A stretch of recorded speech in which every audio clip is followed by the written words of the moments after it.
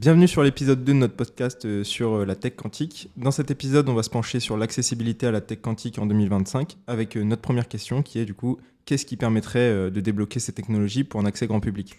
Je pense que vous êtes aussi amusé que moi parce que en fait le problème c'est déjà qu'est-ce que le grand public ferait d'un ordinateur quantique ?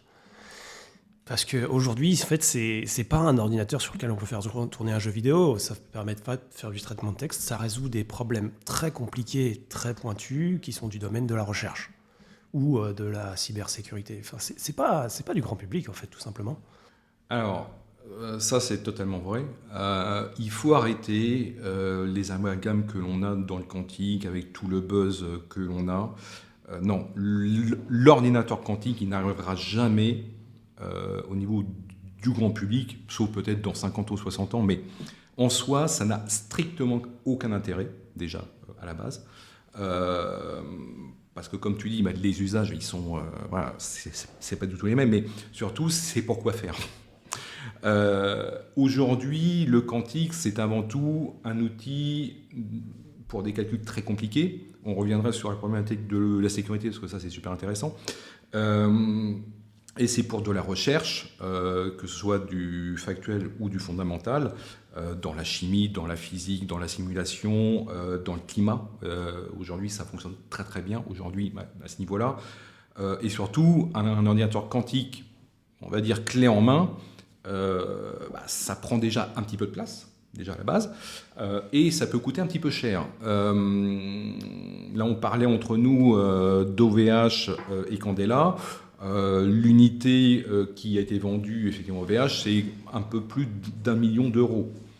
Aujourd'hui, un système complet D-Wave, donc D-Wave c'est le grand constructeur, enfin c'est pas le seul, mais c'est un des grands constructeurs précurseurs aux États-Unis. Un système complet D-Wave, c'est grosso modo 10 millions de dollars. Donc ça coûte un petit peu cher. Et ceux qui l'utilisent, en fait, c'est vraiment pour de la recherche, de la simulation et du calcul. Là, il y a le gouvernement de Pologne qui a annoncé il y a quelques mois un investissement quantique pour un système quantique pour leurs armées. Pareil, pour des simulations et tout, ils ont annoncé, je crois, entre 50 et 100 millions d'euros pour s'équiper d'un système quantique. Donc voilà, il faut arrêter avec ce mythe, oui, on aura de l'ordinateur quantique. Non, il faut arrêter ça. Je vais être très vulgaire, mais c'est de la connerie pure et dure à ce niveau-là.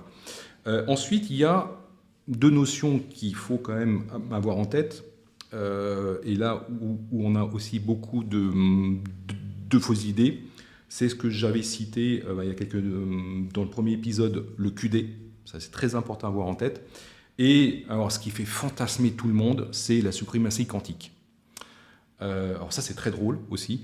Que ce soit dans le QD ou la suprématie quantique, on n'y est pas du tout. Ça, bon, on devrait être clair.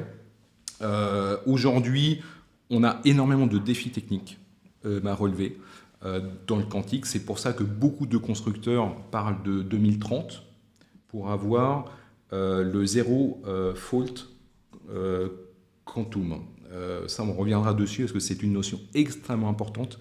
Parce que le quantique, en fait, il faut avoir en tête que le qubit quantique ou le QPU, c'est quelque chose de très instable en soi et qui est très sensible aux erreurs. Et ça, c'est vraiment un très très grand défi. Tous les constructeurs aujourd'hui, que ce soit IBM, Google ou Microsoft, Pascal, Candela, etc., investissent énormément d'argent pour résoudre ce problème précis. Donc en fait, c'est le parasitage et ce sont les erreurs en fait que l'on va avoir dans le qubit en lui-même. Parce que on rappelle quand même que le processeur quantique et donc le qubit ne fonctionne pas à température ambiante. Alors ça, il faut quand même qu'on le reprécise. Il faut quand même énormément de refroidissement. Alors on n'est pas dans le zéro absolu, mais on est quand même entre moins 100 et moins 150 quand même pour que ça fonctionne. Encore une fois, on fonctionne au niveau du photon, on fonctionne au niveau de l'atome et de l'électron. Et je rappelle quand même que le supraconducteur, il fonctionne très bien, proche du zéro absolu. Même s'il y a des supramatériaux qui fonctionnent à peu près à la température ambiante, ça, il y a eu énormément de recherches dessus, Aujourd'hui, on n'a aucun modèle d'ordinateur quantique qui fonctionne à la température ambiante parce que c'est physiquement impossible. Pour se représenter, je crois que le dernier ordinateur quantique de IBM, qui faisait, je ne sais même plus combien de qubits, c'est une puce qui fait quelques centimètres carrés, plongée dans une piscine de peut-être 100 mètres d'arête, le tout refroidi à moins 170, et enterré. On est très loin du téléphone qu'on a dans la poche. Oui, c'est ça. Moi, je pense que la question à se poser, c'est pas quand est-ce que ça sera accessible au grand public, mais quand est-ce que les bienfaits du quantique se verront dans le grand public. Je pense que ça, c'est déjà une autre question et c'est plus intéressant déjà.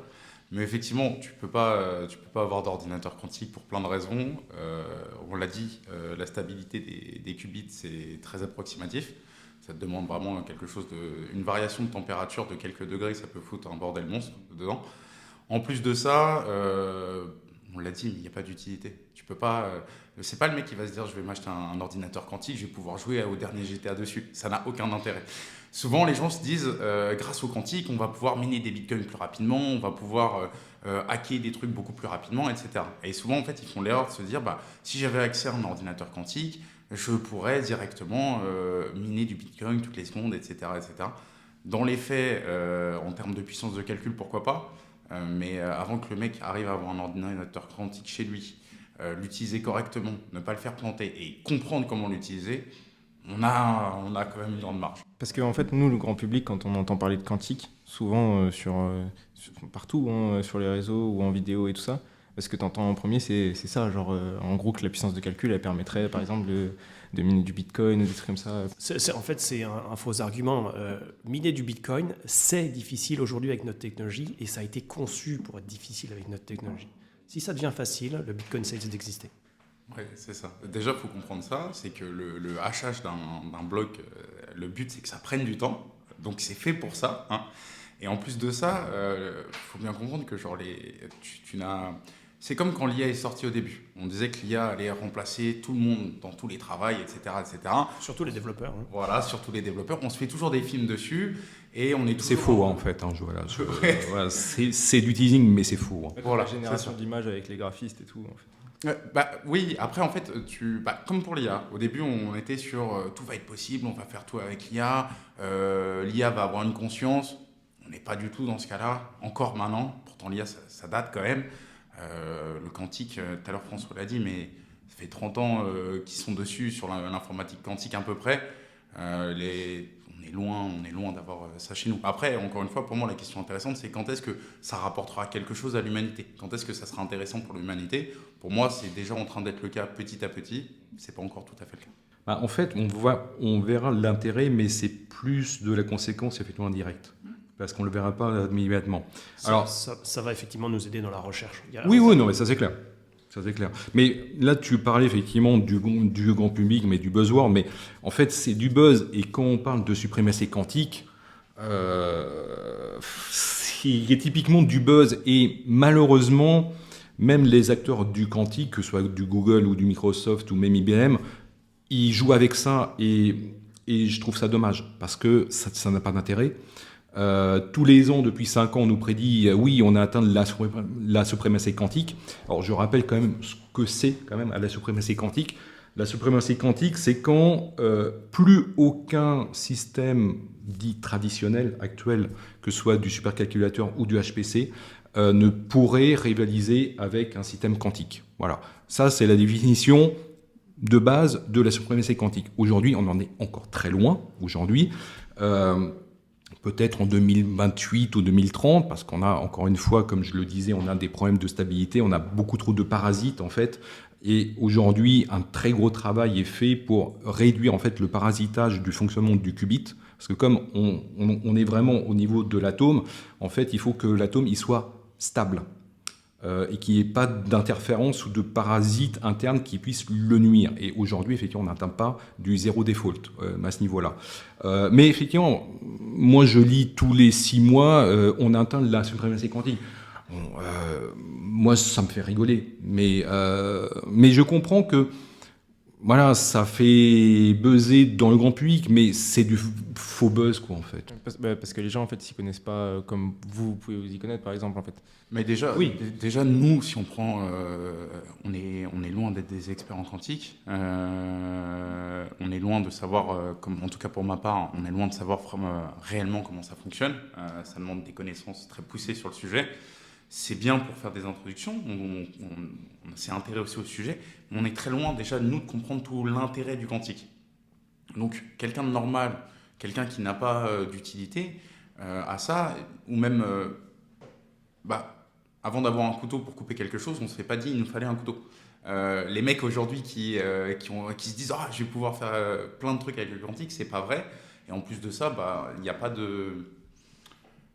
réellement de cas concret pour la personne lambda où il va se dire « Ah putain, là, il me faut un ordinateur quantique, là, c'est le moment. » quoi. Non, mais ça, c'est vrai. Non, mais ça, c'est totalement vrai. Après, effectivement, d'ores et déjà, on peut, si ça vous intéresse, on peut accéder à des services cloud, en fait, comme un quantique. Il y a IBM Amazon. qui l'a sorti, mais Amazon aussi. À Google, je pense qu'ils vont y travailler aussi. C'est Candela qui le propose aussi. Donc, on a accès effectivement à un certain nombre de choses. Alors là, c'est du vrai quantique derrière. Ce sont de vrais qubits qui tournent derrière.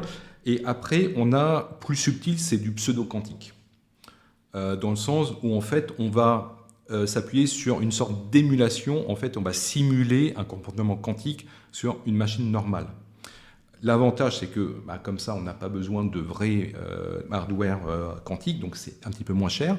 Il y a Eviden d'ailleurs qui travaille dessus aujourd'hui, et ça permet en fait de tester des modèles de programmation ou des modèles d'usage quantique, même si on n'est pas dans du quantique. Donc, mais ça, on reviendra un petit peu plus tard. Aujourd'hui, en fait, il faut comprendre que le quantique avance, que ce soit au niveau du matériel et du software. Tous les constructeurs proposent leur modèle de développement ou leur langage. Voilà. IBM a son langage, mais Eviden propose aussi le sien. Microsoft, c'est Q#, IBM, c'est Qiskit, et Candela, c'est encore autre chose. Donc, aujourd'hui, en fait, chacun avance de son côté. Donc, on a des modèles assez différents à ce niveau-là. On peut même faire du Python quantique, si on veut. Voilà. Donc, après, là, on mêle, comme tu disais, effectivement, un modèle classique avec effectivement un modèle quantique. Et le Python quantique, en fait, sur quantique, est intéressant quand on fait du machine learning. Ça, c'est quelque chose qui est déjà faisable depuis plusieurs années. Donc ça fonctionne. Voilà. À ce niveau-là. Mais encore une fois, c'est parce qu'on a une masse de données effectivement extrêmement importante et très complexe. On ne va pas faire du Python quantique pour faire un malheureux ML sur 5 gigas de données. Ça n'a aucun intérêt. Par contre, des pétaoctets de données complexes, donc là, on est dans du non structuré. Donc si vous ne connaissez pas le terme de non structuré, je vous invite à regarder la notion de NoSQL, de semi-structuré, de non structuré. Parce que le données, c'est, on a X états. Données non structurées, là, ça devient intéressant. Parce qu'aujourd'hui, c'est un des grands défis que l'on a dans le machine learning. Au-delà, c'est le deep learning, évidemment. Et au-dessus, on a l'IA. Mais voilà, donc là, on est vraiment dans des masses extrêmement importantes de données dites complexes. Du coup, là, en gros, si les gens qui nous écoutent, ils veulent tester rapidement le quantique, effectivement, IBM, tu peux t'inscrire sur une liste d'attente et faire du Python quantique. L'algo le plus simple et l'algo qu'IBM te recommande, c'est Grover. On dira là, tu vas faire un Grover classique avec 3 qubits, je crois. C'est 2 ou 3 qubits que tu as le droit au maximum. Ça te permet d'essayer de comprendre. La documentation IBM est plutôt bien faite sur l'explication, en tout cas la vulgarisation du quantique. Donc ça, tu peux le tester. Maintenant, se dire, tiens, je vais aller m'inscrire sur la liste d'attente d'IBM pour essayer de calculer le prochain âge du Bitcoin. Encore une fois, non, tu n'y es pas, ça ne marchera pas. Voilà. Et puis, mais après, tu as plein de cas d'utilisation où ça sera très intéressant, mais pas pour le commun des mortels en tout cas. Est-ce que les développeurs, ils peuvent déjà coder en quantique ? Ouais, on y a répondu un petit peu. Après, développer, c'est un bien gros mot. On peut tester des petits trucs, mais encore une fois, tout dépend du développeur. Un développeur web, il n'a pas d'intérêt de faire du quantique.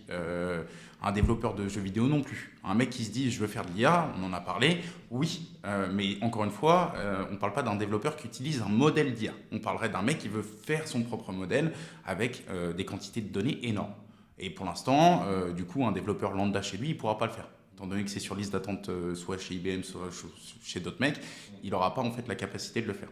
Maintenant, quand il y aura des équipes, ou s'il y a déjà des équipes qui bossent sur l'IA avec du quantique, eux, oui, ils doivent s'éclater, ils doivent tester pas mal de trucs, mais encore une fois, c'est pas le développeur lambda, c'est souvent des mecs qui mathématiquement sont bien au-dessus de la plupart des gens, c'est encore une fois, tout dépend de ton métier, parce que tu as développeur d'IA, tu as développeur web, c'est deux métiers bien distincts quand même.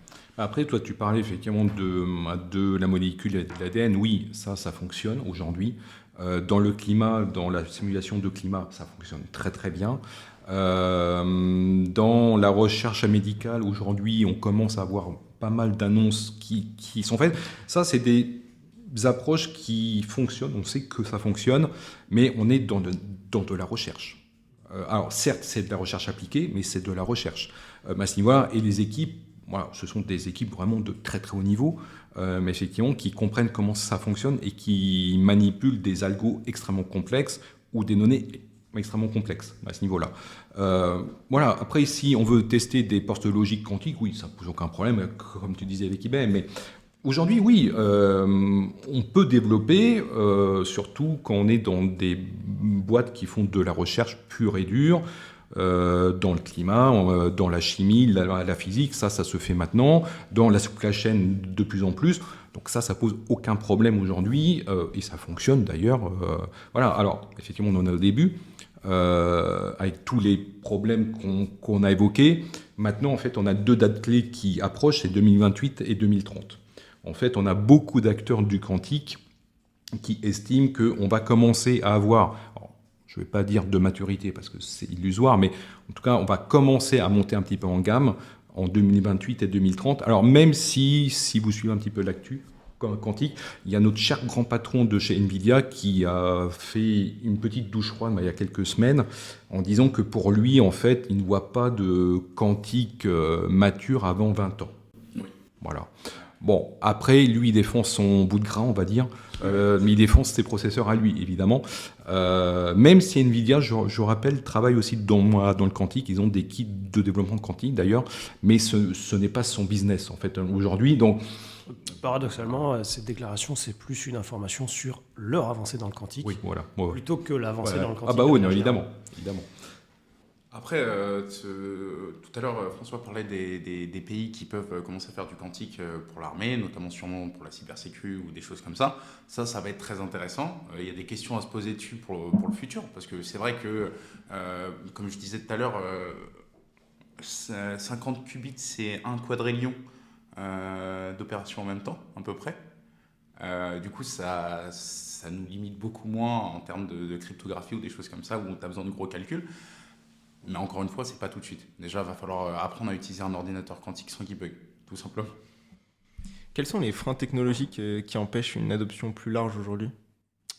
Je dirais principalement les supraconducteurs à température ambiante. Le bruit.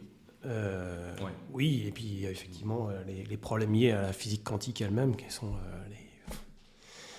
même tellement compliqués à expliquer que je ne suis même pas sûr de tout à fait les comprendre, en fait. Il faut comprendre que la physique quantique elle-même est très compliquée et très contre-intuitive. Et en fait, même les découvreurs de la physique quantique eux-mêmes, je crois que c'était Einstein en particulier qui disait, je crois que c'était lui qui avait inventé l'anecdote du chat, parce qu'il voulait justement prouver que c'était pas possible, ça n'avait aucun sens. Et parce qu'il disait, Dieu ne joue pas au dé. Et à l'époque, c'était contre-intuitif, c'était très difficilement accepté. Aujourd'hui, on sait que c'est juste. On a juste énormément de mal à réconcilier ça avec notre physique classique. Après, moi, je reprendrai un autre exemple qui peut expliquer les difficultés que l'on a. C'est la notion du temps. Est-ce que le temps est linéaire ou pas ? Ça, c'est une grande question qui se pose. Bon, on sait qu'il n'est pas aussi linéaire que ça. De toute façon, ça c'est prouvé maintenant. On le sait, on a des théories qui indiquent que le temps n'est pas linéaire. Bon. Ça, c'est très important. Et en fait, on a les mêmes problèmes en quantique. C'est que j'ai évoqué le zéro default quantum. C'est que, encore une fois, on a des difficultés à stabiliser aujourd'hui le qubit, le processeur quantique. Et tant qu'on ne résout pas ça, en fait, on ne peut pas avancer. Aujourd'hui, alors je me répète, mais aujourd'hui, en fait, tant qu'on n'a pas stabilisé ça, on ne peut pas faire d'avancée majeure. Et c'est pour ça que tous les constructeurs aujourd'hui de processeurs quantiques et de machines quantiques investissent et mobilisent leurs équipes pour résoudre ce problème de bruit, de parasitage. Ça, c'est super important à comprendre. L'exemple que je donne et que j'adore, c'est le fameux Zascale. Les Zascale, c'est 100 millions de cœurs physiques en ligne.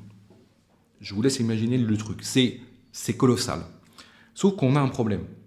Dans les Zascale, et c'est pareil en quantique, on fonctionne par palier. C'est pas parce qu'on met 100 millions de cœurs que mon code va 100 millions de fois plus rapide. Ça, c'est totalement faux. Ça, il faut se sortir ça. Donc, on fonctionne par palier. La démarche n'est pas effectivement linéaire. Donc, en fait, on doit réinventer les langages et les compilateurs qui y vont avec et toutes les librairies qui y vont avec. Et dans le quantique, en fait, on doit faire les deux défis, matériel et software. Aujourd'hui, encore une fois, on en est vraiment au début. Pourquoi, effectivement, la date de 2030 est importante? Parce que c'est là où on peut espérer se rapprocher de la suprématie quantique. Voilà. Donc, en fait, on a tous les problèmes qu'on a eus au début de l'informatique.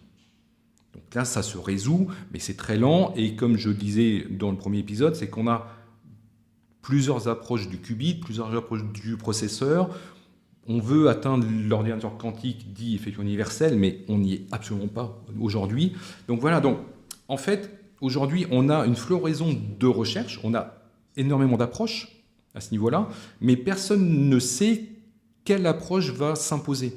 Donc tant qu'on n'a pas d'idée, en fait, tout le monde va avancer sur sa propre approche, son propre matériel ou son propre langage. Et c'est pour ça qu'aujourd'hui, en fait, on voit plein d'annonces de toutes sortes. Voilà, mais c'est normal parce qu'on est dans le début. Et par contre, quand le modèle quantique va s'affiner, quand on va avoir quelque chose de plus fiable, en fait, l'industrie quantique va se structurer. Aujourd'hui, elle n'est pas structurée, parce qu'on a plein de startups, etc. Mais ça c'est tout à fait normal à ce niveau-là. C'est un cycle absolument logique.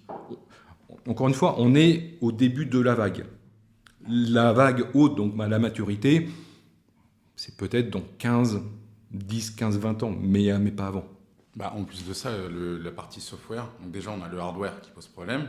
La partie software, on ne peut pas développer des algorithmes comme on développerait un algorithme classique. Donc déjà, ça demande aussi à ce que plus de gens soient formés pour qu'on ait plus d'idées. Une fois qu'il y aura plus de gens formés sur le sujet, qu'on aura plus d'idées dessus, il y a forcément des choses qui vont apparaître. Et une fois que ça sera fait, il faut bien comprendre que développer quelque chose avec des portes logiques quantiques, c'est pas du tout développer quelque chose de manière itérative comme on peut le faire aujourd'hui. Le développement n'a rien à voir. Donc ça demande de repenser totalement des schémas de pensée qui sont inculqués aux gens. Et du coup, ça va prendre du temps. Parce que les mecs aujourd'hui qui sont formés en quantique, il n'y en a pas énormément. Même s'il y en a de plus en plus, il n'y en a pas énormément. Et le temps que même le monde se dise « Ok, là, il nous faut des gens qu'on pousse à aller vers le quantique », comme ça a été le cas pour l'informatique basique. Au départ, il y avait quelques mecs qui faisaient de l'informatique. Ensuite, il y en a eu de plus en plus, et ainsi de suite. Aujourd'hui, c'est un métier qui est extrêmement commun. On voit plein de développeurs partout. Le quantique, c'est encore différent. Parce qu'on est vraiment on vient de se poser un schéma de pensée. On vient de comprendre qu'il fallait changer notre manière de voir les choses avant qu'on se dise, bon, ok, tout le monde, en tout cas, beaucoup de gens puissent bosser sur le sujet. On a du temps. Donc déjà, ça nous demande des cerveaux qui sont formatés pour le quantique.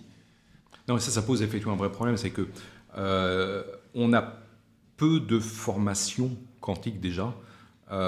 Former des vrais experts en quantique, c'est très compliqué, ça prend du temps. Quand vous regardez le CV du moindre expert quantique chez Candela ou DWEM, etc., ce sont que des post-doctorants, évidemment. On est vraiment à un niveau... on ne peut même pas imaginer l'expertise qu'il faut. C'est colossal. Déjà, juste pour finir, mais essayez de lire un bouquin sur du quantique, essayez de lire un bouquin sur de la mécanique quantique. Voilà.